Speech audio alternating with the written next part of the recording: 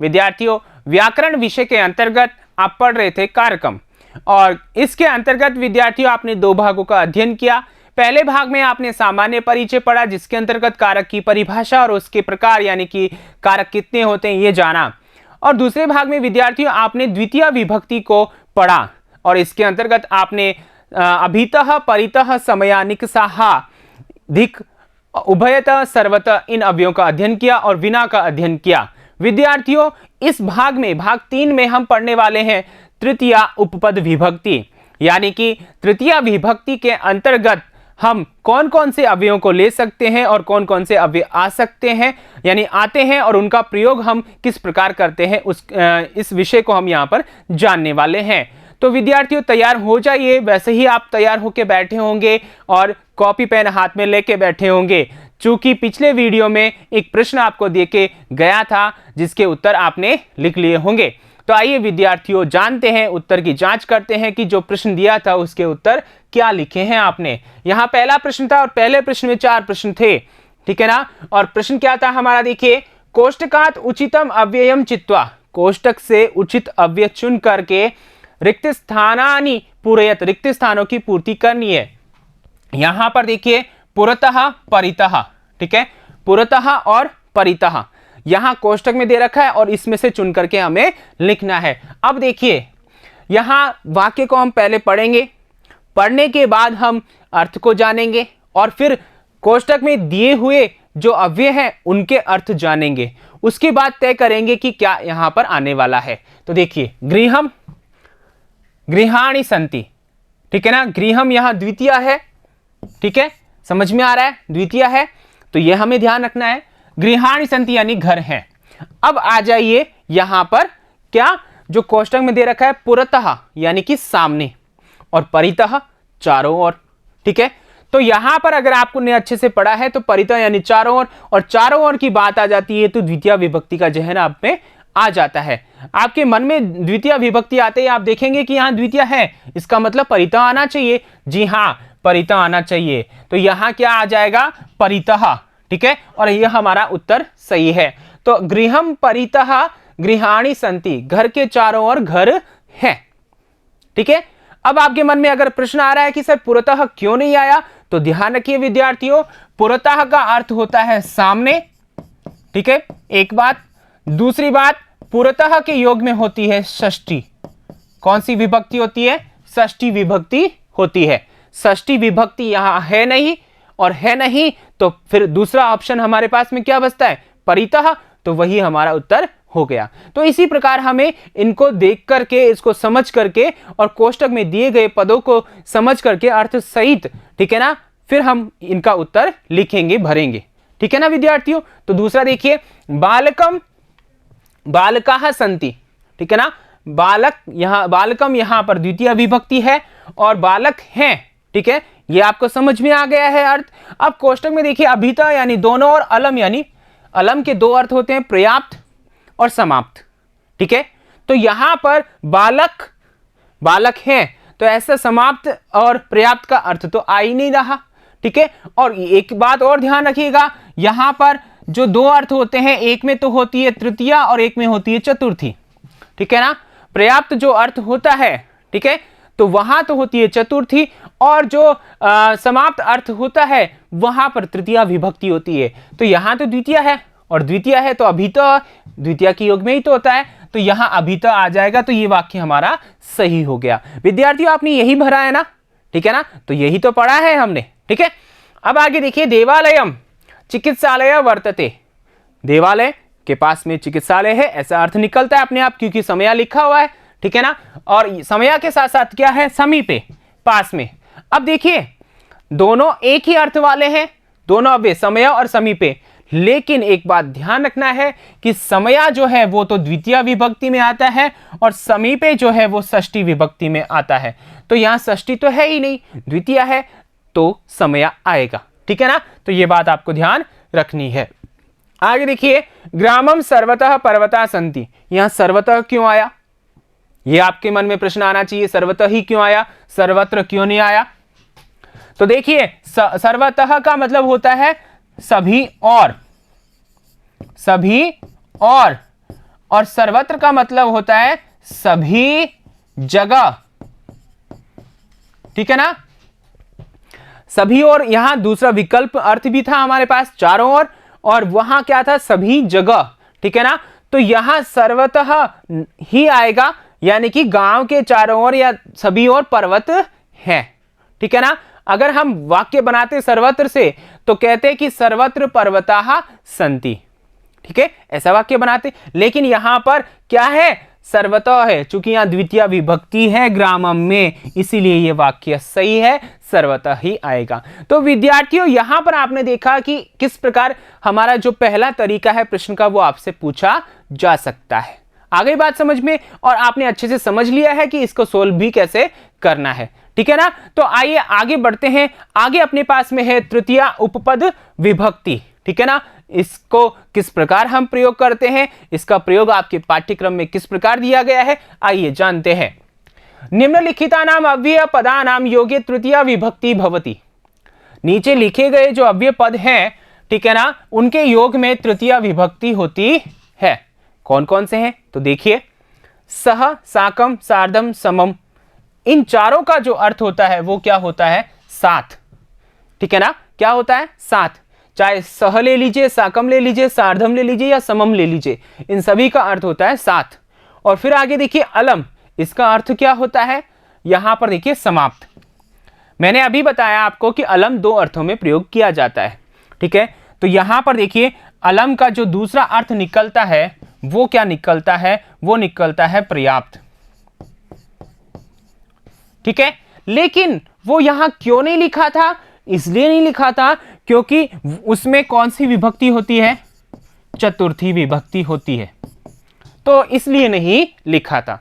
तो यहां पर यह बात तो आपको समझ में आ गई। तो चतुर्थी विभक्ति वाला प्रयोग तो हम यहां पर नहीं पढ़ने वाले, क्योंकि वो तो हम चतुर्थी में ही पढ़ेंगे। लेकिन अंतर स्पष्ट की दृष्टि से आपको ध्यान रखना है, सह, साकम, सार्धम, समम, इन सब का अर्थ साथ होता है, ठीक है ना। और इसके अलावा विद्यार्थियों, मैंने आपको बताया था कि आपके पास में एक और है विना, ठीक है ना, जिसका अर्थ क्या होता है, के बिना, ठीक है ना।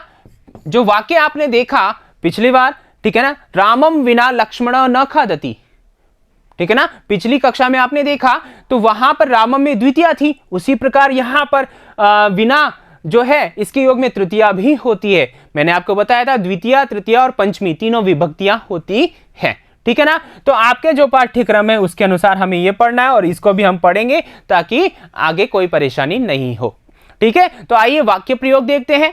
वाक्य प्रयोग देखिए, सह सीता रामेण सह विद्यालयम गच्छति, ठीक है।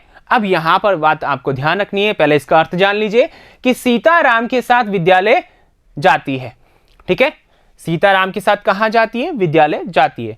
अब यहां पर देखिए कि जिसके साथ, जिसके साथ, यह बात आपको ध्यान रखनी है, जिसके साथ, ठीक है ना। तो जो कोई व्यक्ति है, ठीक है ना, उसमें, तो उसमें आपको क्या करनी है, तृतीया लगानी है। यानी कि जिसके का मतलब है कोई वस्तु विशेष या कोई व्यक्ति विशेष, ठीक है ना। तो जिसके साथ अर्थात राम के साथ, तो राम में क्या लगेगी, तृतीया।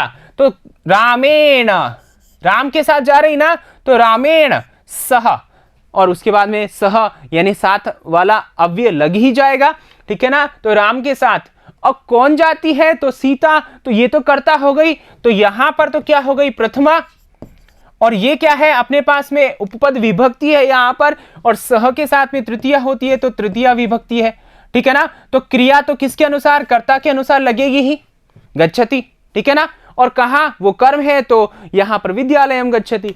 तो ये बात आपको अच्छे से समझ जानी है कि यहां रामायण में तृतीया विभक्ति है, क्यों है, सह योगे, सह के योग में, ठीक है ना। तो समझ में आ गया। फिर उसी प्रकार देखिए साकम, मया साकम त्वम गच्छसि, मया यानी मेरे, साकम यानी साथ में, मेरे साथ में, त्वम यानी तुम, गच्छसि जाते हो, मेरे साथ में तुम जाते हो। किसके साथ में, मेरे साथ में। तो मया, यहां पर मया जो है वो अस्मद शब्द है, तृतीया का एक वचन है, तो यहां तृतीया विभक्ति हो गई, और साथ के अर्थ में यहां पर साकम हो गया, ठीक ठीक है, त्वम गच्छसि, तुम जाते हो, ये करता है ही अपने पास में। तो वाक्य समझ में आ रहा है ना आपको। तो सह हो गया, साकम हो गया। फिर है समम, समम भी इसी प्रकार है। बालकेन समम अहम पठामि, बालक के साथ मैं पढ़ता हूं, यह अर्थ है इसका। तो किसके साथ पढ़ता हूं मैं? जिसके साथ पढ़ रहा हूं ना उसमें तृतीया, बालक के साथ, तो बालक में बालकेन, यहां तृतीया हो गई। फिर समम अहम यानी मैं तो करता हूं ना, तो कर्ता में तो प्रथमा होती है, तो यहां प्रथमा हो गई। पठामी, पढ़ता हूं, ठीक है ना। बालक के साथ मैं पढ़ता हूं, आ गई बात समझ में। अब यहां देखिए सार्धम, सार्धम का मतलब भी क्या होता है? साथ में होता है। अब यहां देखिए प्रधानमंत्रिणा सार्धम, प्रधानमंत्री के साथ, मंत्रिणः अपि गतवन्तः, मंत्री भी गए, ठीक है। प्रधानमंत्री के साथ मंत्री भी गए, ठीक है। तो यहां पर देखिए किसके साथ? प्रधानमंत्री के साथ, ठीक है ना, यही व्यक्ति है, तो यहां तृतीया हो गई। और यहां सार्धम, साथ का अर्थ देने वाला अव्यय हमने लगा दिया। तो प्रधानमंत्री के साथ मंत्री भी गए, यह अर्थ इसका हो गया। तो यहां आपने देखा विद्यार्थियों, स, साकम, सार्धम, समम जो है, ठीक है ना, यहां पर ये अव्यय है और इनके योग में तृतीया विभक्ति हो रही है। किस प्रकार हो रही है यह आपको समझना है। आपको फिर से ध्यान रखना है कि जो कोई व्यक्ति, जिस व्यक्ति के साथ, जिसके साथ, तो यह अर्थ जहां निकलता है तो वहां उस व्यक्ति में, उस वस्तु में तृतीया आपको लगानी है, ठीक है, समझ में आ गया। तो ये हो गया। अब आगे देखिए अलम, अलम जो है वो यहां है समाप्त अर्थ में। किस अर्थ में? समाप्त अर्थ में या बंद करने अर्थ में, ठीक है ना, समाप्त या बंद, ठीक है ना, बंद करना, खत्म करना, ठीक है ना। तो यहां अलम विवादेन, विवाद को खत्म करो। तो जिसको खत्म करना है, जिसको बंद करना है, जिसको समाप्त करना है, ठीक है ना, उसमें आ गई बात समझ में। तो अलम विवादेन, विवाद को खत्म करो, विवाद को समाप्त करो, ठीक है। तो यहां विवादेन, इसमें तृतीया आ जाएगी। अब आप कह रहे हो सर कि अव्यय हमेशा आगे आता है, यहां पहले लिख दिया, तो ऐसा कोई जरूरी है नहीं, ठीक है ना। आप आगे भी लिख सकते हो यहां पर कि जैसे कि यहां अलम विवादेन लिखा, ठीक है ना, तो यहां आप लिख सकते हो कलहेन अलम, ठीक है, समझ में आ रहा है। तो ऐसा भी आप प्रयोग कर सकते हो, यानी कलह को खत्म करो, कलह को समाप्त करो, ठीक है। अलम श्रमेण, परिश्रम बंद करो, परिश्रम करना बंद करो, परिश्रम समाप्त करो, ठीक है ना। ऐसा अर्थ यहां पर निकलने वाला है, ठीक है ना। इसका दूसरा अर्थ होता है, वो मैंने बताया, क्या अर्थ होता है? पर्याप्त अर्थ होता है, लेकिन वो चतुर्थी में प्रयोग किया जाता है। तो पर्याप्त तो चतुर्थी और समाप्त जो है वो तृतीया।